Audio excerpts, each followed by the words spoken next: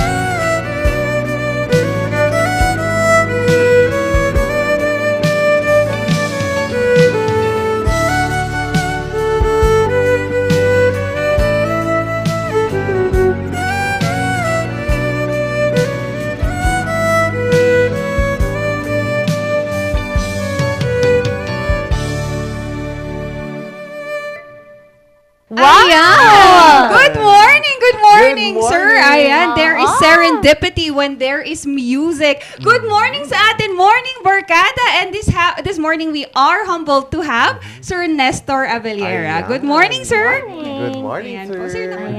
Ayan.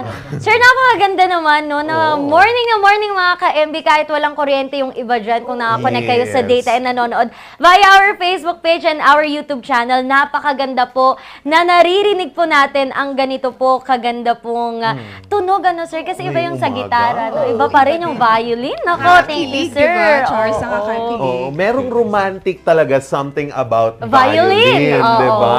Iba Oo. talaga. Sir Nestor, gusto naming tanungin, paano mo na-discover the journey sa pagtugtog ng violin? Kasi hindi naman siya usual, di ba? Yes. Oo. Napakahirap niyan.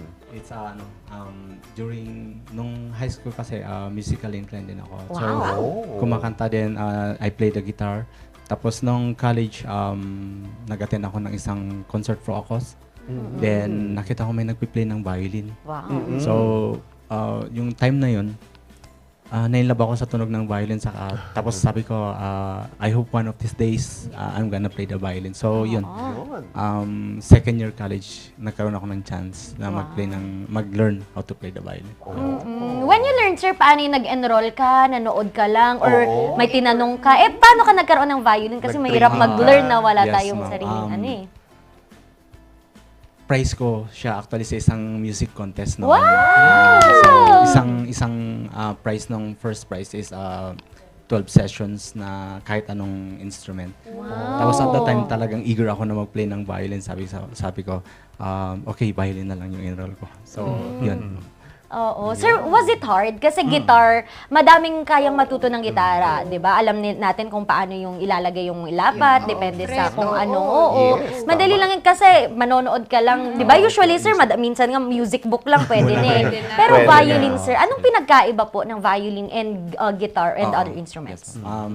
According sa Google, Wow! Ayun na, ayun na. Google sa string instrument, violin is pinaka-hard. Yes, it is. So, pag titignan nga natin, pag guitar, nakikita mo yung fret, meron siyang guhit-guhit. Sa violin, wala. So, fretless. Pero for me is nasa tao yun. Pag interesado yung tao, madali maturo. Lahat ng mga information, lahat ng mga concept na ituturo sa kanya is ma-absorb niya agad. Pag interesado siya. Pero na-try mo na din yung cello. Yes, sir. Yan, na-try ko na. Ano, cello? Siya Yung yung malaking, Ah, parang malaking malaking violin. violin. Oo. Oo, Sir Nestor, nasabi mo nga po yung pagtutugtog, paano naman yung disiplina ng paglalaro or pagtugtog ng violin? Kasi sabi mo kanina, sir, na iba po ang disiplinahan na hatid pag violin naman. Una is, kailangan is practice. Okay, so practice yung kailangan. Importante yung practice. Katulad ng mga informations na nakukuha natin. Minsan, katulad ngayon sa age na ngayon. Yes, sir. Oo. Digital age. Pag dinownload mo yung app, nandun na yun sa Oo, phone mo. tama, sir. Oo. Hindi ganun ang buhay natin, or I mean, hindi ganun ang pag-learn ng instrument. Ang pag-learn ng instrument is nakuha mo yung concept, nakuha mo yung information sa brain mo. So kailangan mo pa rin mag-practice para ma-execute mo yung mga yung mga concept, mga ganun. Then isa pa is yung patience. Wow. Yung patience. So kasi kailangan talaga natin magugol ng maraming time, tsaka pasensya talaga. Kasi minsan katulad nung sabi natin, yung usapan natin kanina, Opo, sir. pag na-frustrate ka na, Ayaw mo wala na. Oo. Pero kailangan talaga patience. Minsan kasi instant gratification yung gusto natin pag natututo tayo. Dapat alam ko na siya the first time. Oo. Sir, sabi mo, from second year college nung natuto ka, up until now, syempre, hindi ko natatanungin ng age ni sir, baka ayaw ni sir. Baka ma-reveal. Through the Oo. years, sir, ano yung naging impact ng violin? Ano yung naitulong? Is this your career na or hobby? Or pwede ka ba magkwento, sir, kung ano yung isang memorable na story with your violin? Yung question, tapos may question ka kanina, ma'am, regarding yung nung nag-start ako, do I have my violin? Yeah. Oo. Actually, ma'am, I don't have my own violin nung nag-umpisa ako. So, kung ano yung nasa studio nun, yun yung ginagamit ko for lesson. Then, pag may mga activities, hinihiram ko yung violin. And so, maliit yun. I think it's 1/2 or 1/4 yata yun. So, very maliit talaga. Then, second year college, doon ako nag-start. Then, fourth year college, nagkaroon ako ng chance na mag-play sa country band. Wow! Then, nagkaroon ako ng mga gigs, 5 nights a week. So, while studying, yun. Then, after graduate, yun na. Nag-pursue na ako ng full-time as a musician. Pero violin pa rin yung hawak ko. Yes.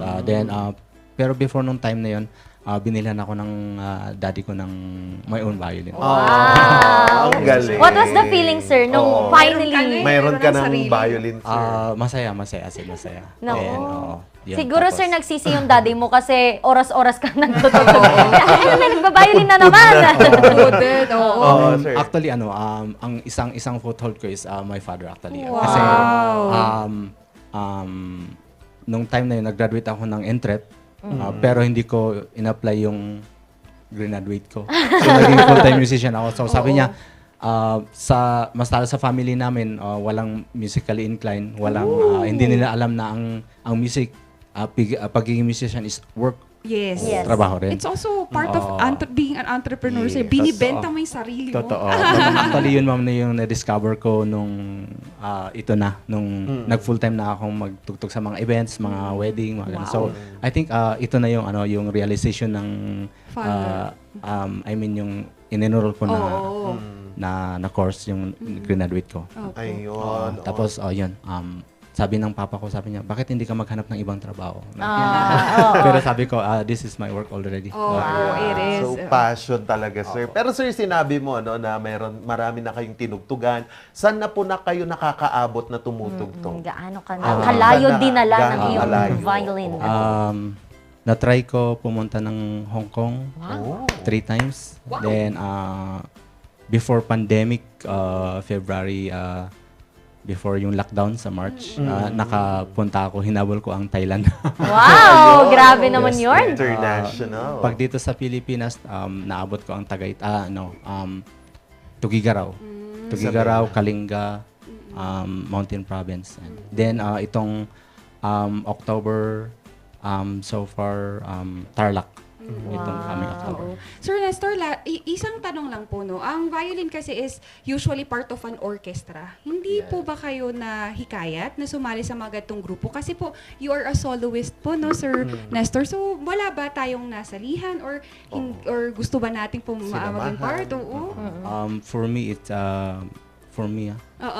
if I have a chance, kung sakali, okay, I will join. Pero, ngayon, it's very late na for me. Yung panahon ko kasi, mga 2000, walang mga orchestra. Hindi katulad ngayon na meron ng mga Meron orchestra. na po auditions. Ako talaga ang tinuro ni Sir kasi ako yung mukhang bata. Sir, for my last question, kung ikaw feeling mo it's very late for you, for a kid siguro na mga youngsters na gustong matuto, it's not very late. Sir, saan ba sila pwedeng matuto? Pwede ka ba nilang maging coach? Oo. Yes. Katulad ng usapan namin ni Ma'am kanina, ano ba yung suitable age?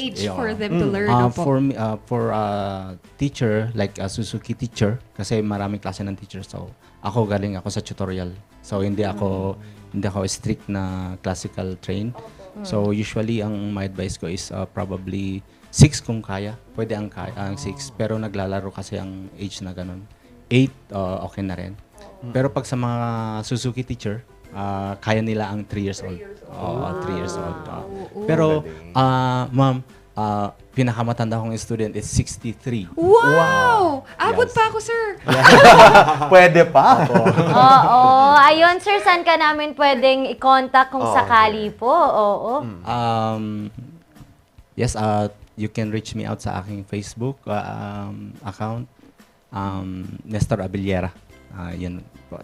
Mayroon po akong page, Nestor Abiliara pa rin. Oo, and ano po, nag-tutor or nagtuturo din pa tayo Yes sa po. Music World. Music World. Yeah. Portabag. Every Mondays, Tuesdays, Tuesday, Thursday, Thursday, Friday, Friday. Saturday in the morning. Oh, di ba? Yes, sir. You have a lot of Oo. options. Oo. Sir Nestor, alam mo yung chikahan natin, very, ano siya, no? Short, pero talagang madami kaming natutunan. Oo. And meron kaming eagerness to learn the violin. Sana, sir, mamaya ay marinig ka pa namin. Kasi napakaganda nito sa weather na ganito, ano? Nako. Magandang-maganda. Ngayong napaka-sunny day. And speaking of being sunny day, naku, silipin natin. Kung all day magiging sunny day din ba ang ating weather sa ating weather update ngayong umaga.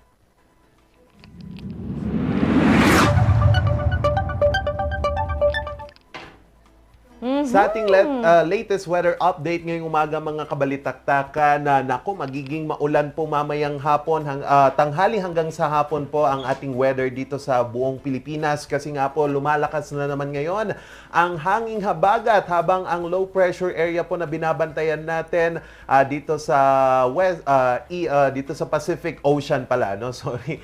Itong Pacific Ocean, naku, binabantayan po natin ngayon itong low pressure area na to. Possibly hindi po siya tumama dito sa ating kalupaan, pero tinitignan po natin itong track niya. Papunta po itong dito sa southern part ng Japan. So habang nandyan po ang low pressure area na yan, medyo lumalakas na po siya ngayon, ano? Pero binabantayan pa rin ng pag-asa itong posibilidad ng paghila ng malakas na habagat dito po sa ating bansa. So mag-ready-ready lang po tayo ng ating mga payong mamayang tanghali hanggang sa hapon upang maging handa sa anumang pagulan. Ang ating pinakamababang temperature ang naitala dito sa Baguio City ay 16.1 degrees Celsius at asahan nating iinit ito mamayang tanghali hanggang sa hapon sa 24.6 degrees Celsius. Wow, medyo umiinit na siya. Pero mainit na mainit pa rin ang usapang COVID-19, mga ka-MB.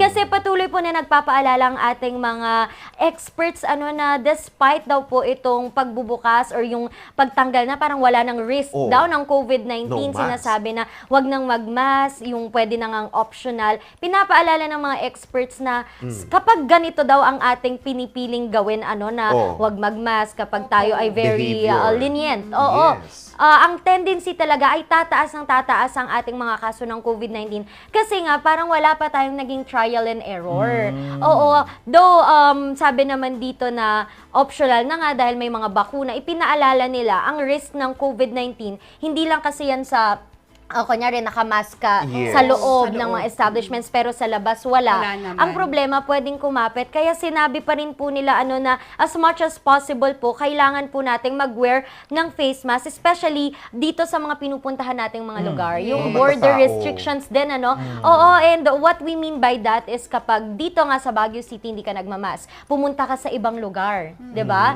Nako, edi nakahawa ka o makakakuha ka. Oo. Ang tendency talaga ay tataas po ng tataas. Though, yun nga, sabi natin, optional, mas okay pa rin po na maging maingat tayo. Face mask lang naman yan, manipis lang yan, dadalin isusuot lang. Kung kaya, Yes. gawin pa rin po natin. Suot pa rin natin. Suot natin. Lalong-lalo na ngayong holiday season, mga kabalitaktakan, na malamig ang panahon. And speaking of holiday season, tiniyak po ng Department of Agriculture na sapat po ang karne at mga gulay para po sa darating na Pasko. Yan nga po yung pinaghahandaan natin dahil nga din naman po sa malaking demand dito po sa karne at lalong-lalo na dito sa gulay. So ayon po sa Department of Agriculture, sa statement po na nilabas ng DA, a big chunk of the supply comes from the locally produced rice and production of farmers will be enough to meet the demand towards the end of the year.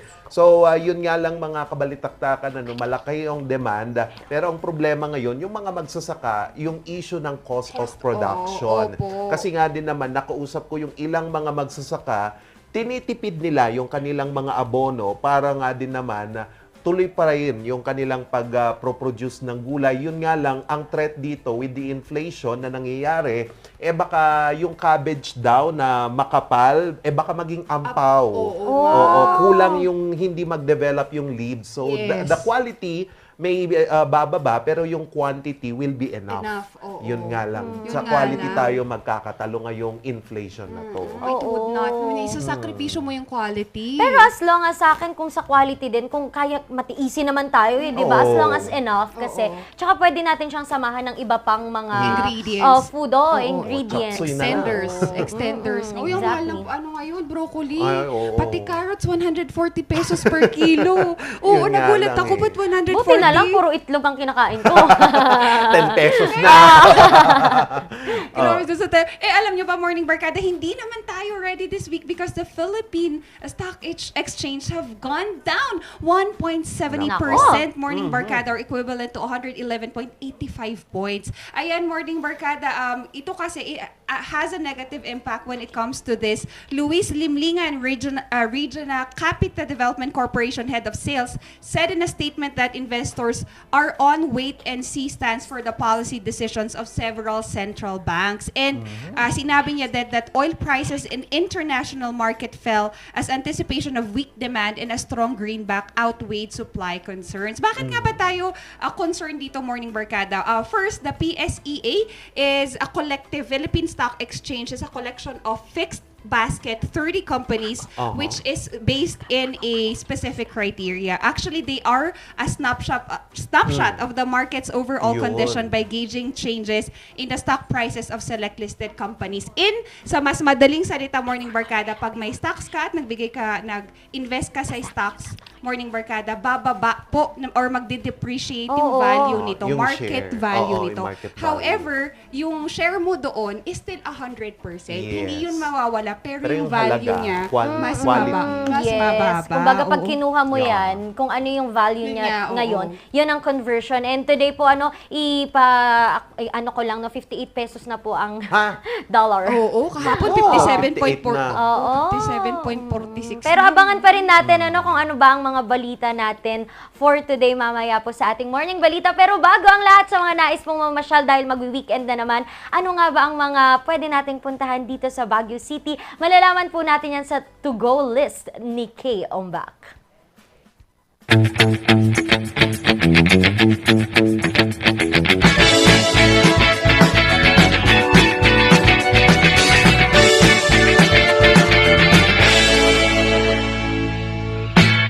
Welcome to episode 3 of Barkada series. Baguio is known as the summer capital of the Philippines. It is also called the City of Pines. The best place to visit if you want to escape the tropical heat of the lowlands. Mines View Park. Isa sa mga pinakaluma at pinakasikat na atraksyon dito sa lungsod ng Baguio. Alam niyo ba na pinangalanan itong Mines View because it overlooks the breathtaking Cordillera mountain range and the gold and copper mines of Benguet. If they want to really enjoy the sunrise view, I would advise early morning. The opening of Mines View would be great. For the experience, well, you're going to experience the windy weather and the cool breeze of Baguio.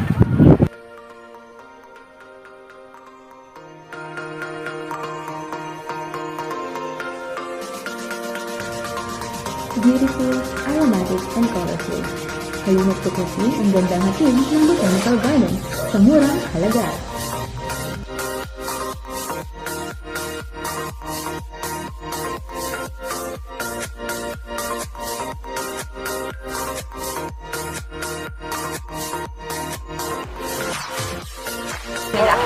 Sa halagang 10 pesos po, talagang sobrang sulit na po.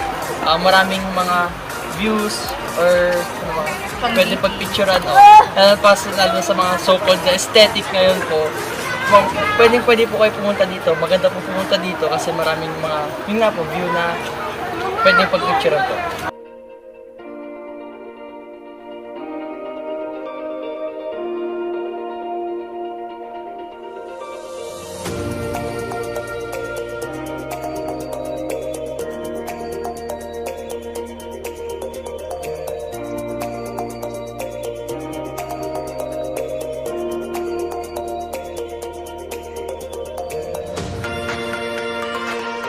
Hindi mawawala sa listahan ang sikat na Burnham Park. Voting and biting ba ang hanap mo? Ito ang para sa'yo.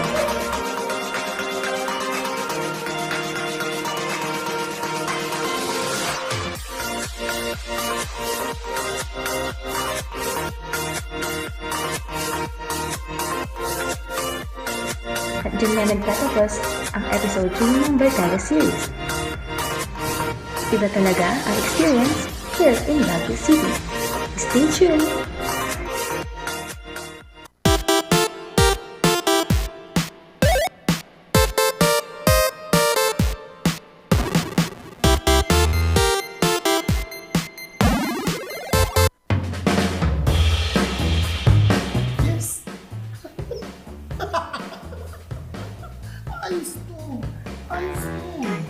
Pa, ang lakas naman ang tawa mo.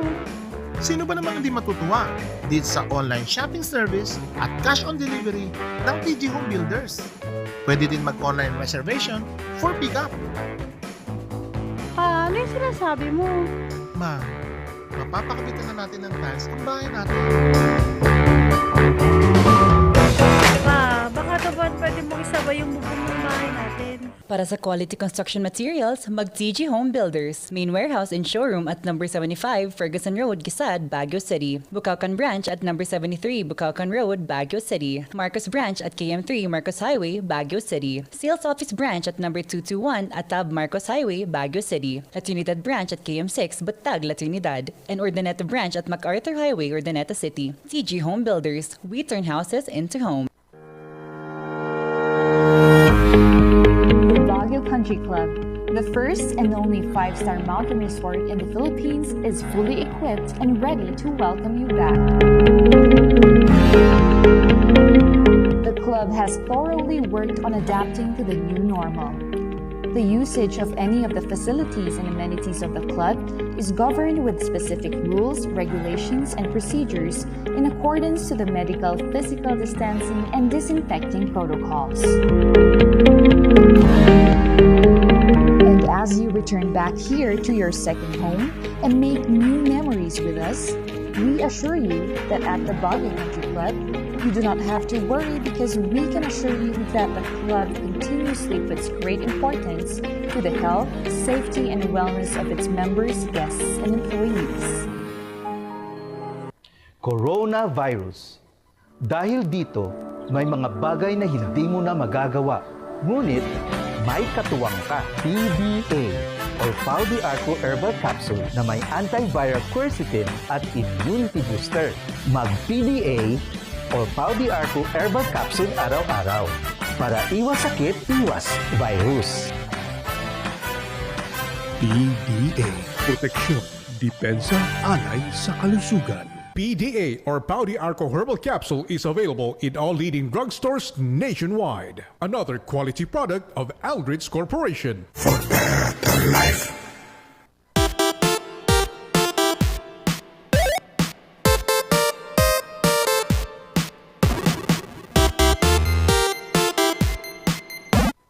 Oras po natin, alas 8:01 na ng umaga, gising-gising, bangon-bangon ng umaga mga kabalitaktakan at pasadahan muna natin ang iba't ibang mga kwento ngayon sa Morning Balita. Alamin po natin ngayon, ito pong pagsigla ng arts dito po sa Baguio City kung saan gusto pong makuha ngayon ng Baguio City ang titulong Capital Creative Arts of the Philippines. Alamin natin yan sa report ni Sofia Pagaduan.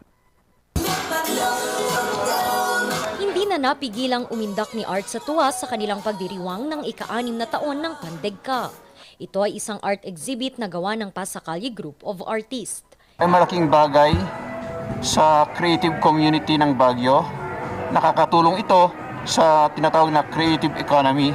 Sometime in July 2016, I was asked by Maricar to suggest a name of an event.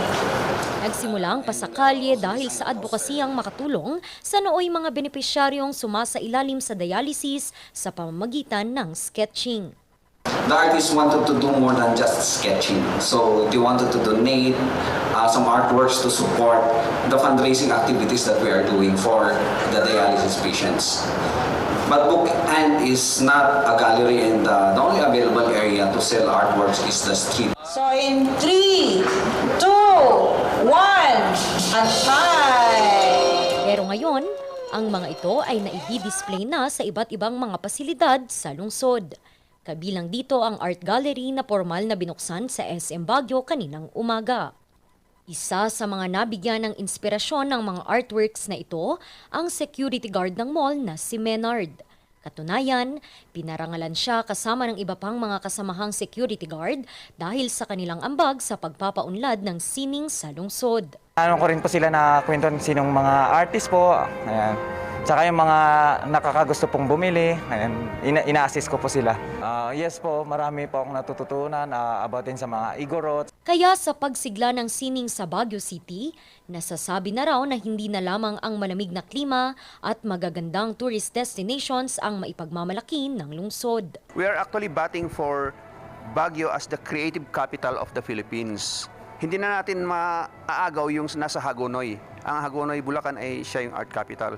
Ang Baguio na ngayon ay pwedeng maging creative capital of the Philippines. Target ngayon ng grupong Pasakalye na magbukas ng iba't ibang mga exhibits sa iba't ibang probinsya sa Cordillera. At bago magtapos ang taon, isang arts and music festival ang kanilang idadaos. Ren de Guzman para sa Luzon Headlines. At dito naman po sa Itogon, Benguet, ipinasilip ng Itogon ang ikatatlong pinakamataas na bundok sa bayan. Ating alamin yan sa report ni Sofia Pagaduan.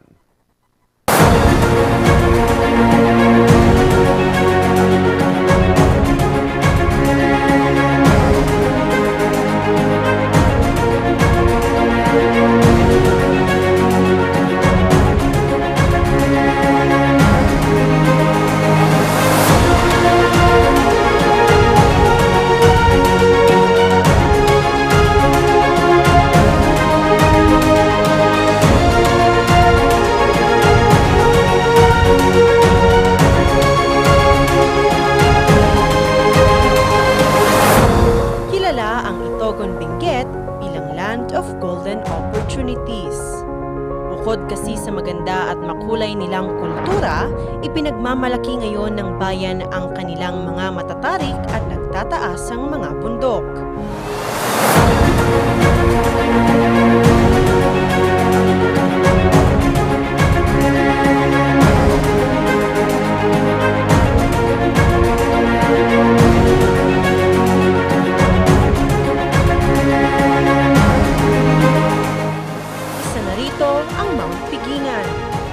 Sa taas na 1,328 meters above sea level, tatanaw ang magagandang tanawin at kuntiang mga puno. Halos 4 na oras ang lalakbayin paakyat ng Mount Pigingan. Ito daw ang dating daanan ng tao papunta sa San Nicolas, San Manuel. Kahit yung tao noong galing sa Ramgabayan, Ramgir, raw ang dadaanan nila.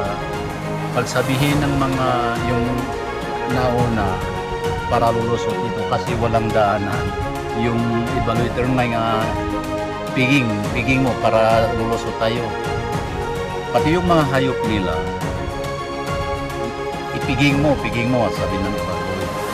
Mount Pigingan po, medyo mahirap talaga ito. Medyo mahirap akyatin, no? Pero dito sa Mount Pigingan, marami ka kasing view, matatanaw mo yung Mount Ugo, and then yung mga, ayan oh, yung Ilog Agno. Diba, paakyat tayo, nakikita natin yung Ilog Agno.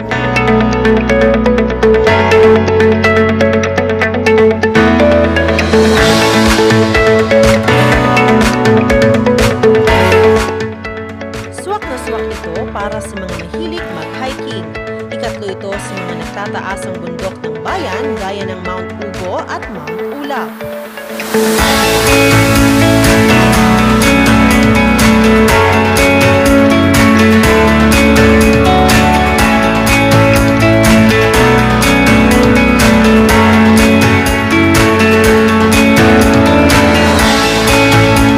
Makita tayo dito yung San Nicolas, Pangasinan, o dito sa likod ko, yung dito sa baba, makita yung San Joaquin Dam.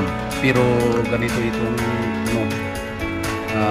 maulap kasi kaya hindi tayo makita.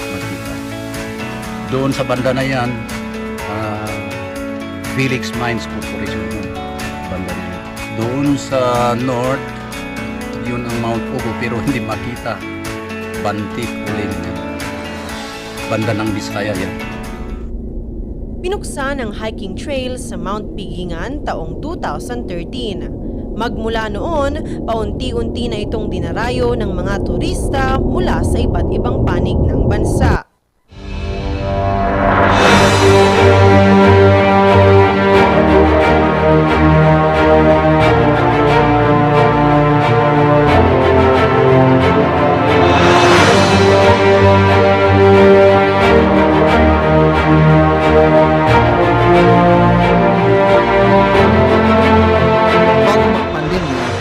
Talagang maraming binagsak ho itong Pigingan. Almost may pumapasok na Saturday, Sunday, and holiday. May pumapasok isang araw, may 100.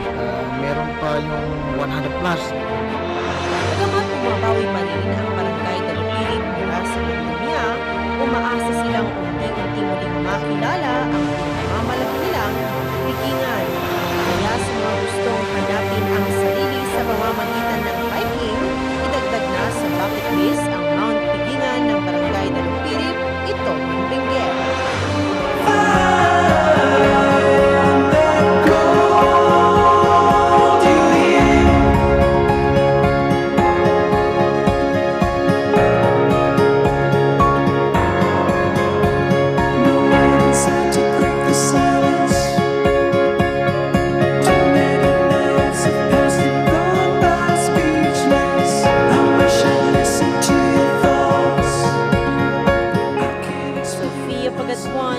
Para sa Luzon Headlines.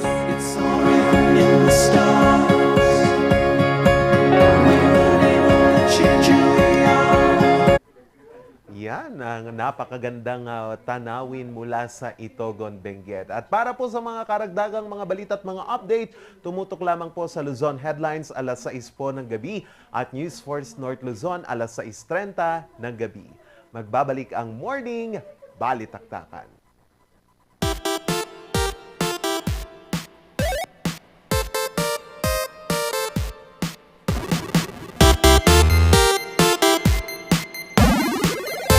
Mazar Music offers a complete line of musical instruments.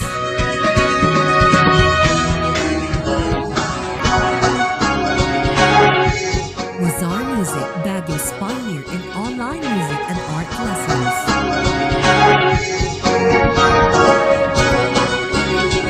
Mazar Music, bringing music closer to your hearts.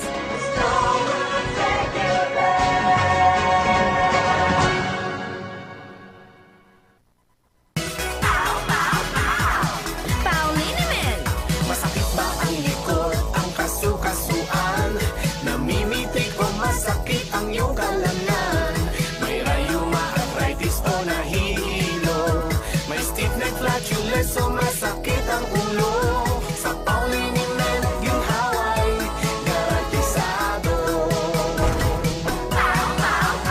Pauliniment, isang pahig ka lang. Dahil walang out sa Pau!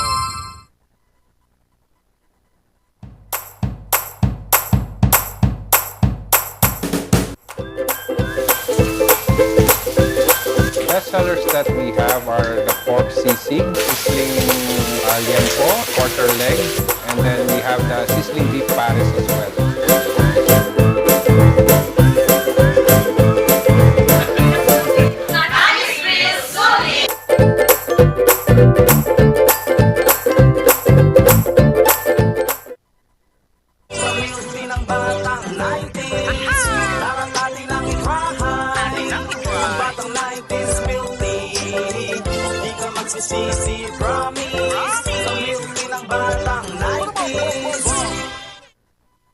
Bulok, maliliit at hindi ba malusog ang inyong mga halaman? Omega Green ang kasagutan.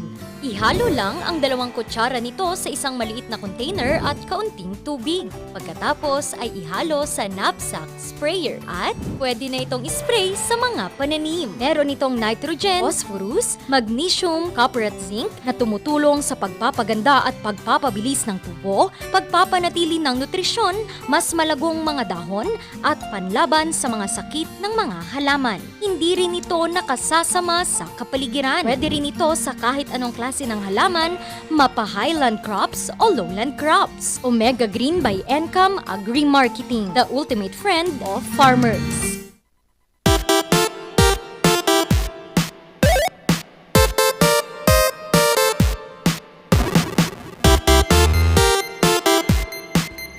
Nagbabalik ang Morning Balitaktakan with Sir Nestor pa rin, syempre. Atin siyang susulitin ngayon, may bayad na siya kapag in-invite natin siya sa Next susunod. time, pwede. Pero bago ang lahat, alam nyo ba, fun fact lang, kasi nanonood akong documentary kagabi. Alam nyo ba daw, Mi, na kapag daw pala kapag naka-close ang eyes natin, hindi tayo pwedeng mag-pout kasi hindi siya umaabot dito. Hindi. Try mo nga. Oo. Try lang! Kasi Tinry ko na. patingin. Patingin. Pag nakapikit ka. Mag-pout. Masaya ka? Hindi, inututo niya naman ako. Anyways, morning barkada to our international viewers, si Tita Delarjan sa Melbourne, Australia. Thank you so much po sa pagtutok sa amin ngayong umaga, and to everyone that is watching through our Facebook, YouTube Live, and to also our sponsors, TG Home Builders and GCP and Baguio Country Club. Maraming salamat po. Oo, pero bago ko batiin ang akin lang, ang ating sponsor, sir, baka meron ka muna palang babatiin. Oo, sir. Yung aking wife and Ayun. si Jackie, then yung 2 sons namin, si Nathan at saka si Brayden. Ilang taon na sila, sir? 18 and yun, happy birthday sa Saturday. Happy birthday! Magna-19 na siya, sir. Hindi, yung second, 11. Pwede. Oo, pwede. Sir, pwede pang humabol. Charot. Pwede na. To Sir James, thank you sa invitation sa inyong lahat. Definitely. Nice to meet you. Thank you din, so much sir. sa lahat ng production. Thank you.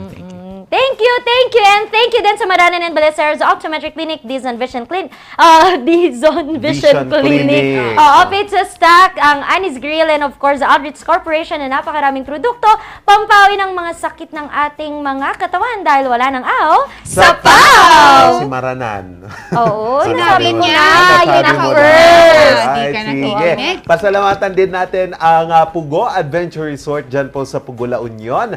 Batang 90s milk tea dyan po sa Upper Session Road, Baguio City. Kung hanap nyo ang iba't ibang flavors ng milk tea, punta na po kayo dyan. And wag din natin kakalimutan ang nag-i-inspire sa atin na matuto ng iba't ibang musical lessons, ang Musar Music. Oh, and ayan na nga, nakasama nyo po ngayong araw na ito na naman ng ating, anong araw today? Thursday! Thursday. 94 days. Oo, ilan? 94 days. Ayun, 94 94 days. Gusto ko yung Pasko ganun, na. 94 days lang. And ayan nga po, ang nag-iisa pong minion in the house, napakaliit pero napakakulit, Randy Guzman. Nakasama niyo naman pa ang yung gentle giant, Charles Limon. Certainly. And Morning Barkada, where, when words fail, music speaks. Isa pa muna ang kasama natin si Ma'am Shisheki, pero isa pang patikim sa performance ni Sir Nestor. Bye!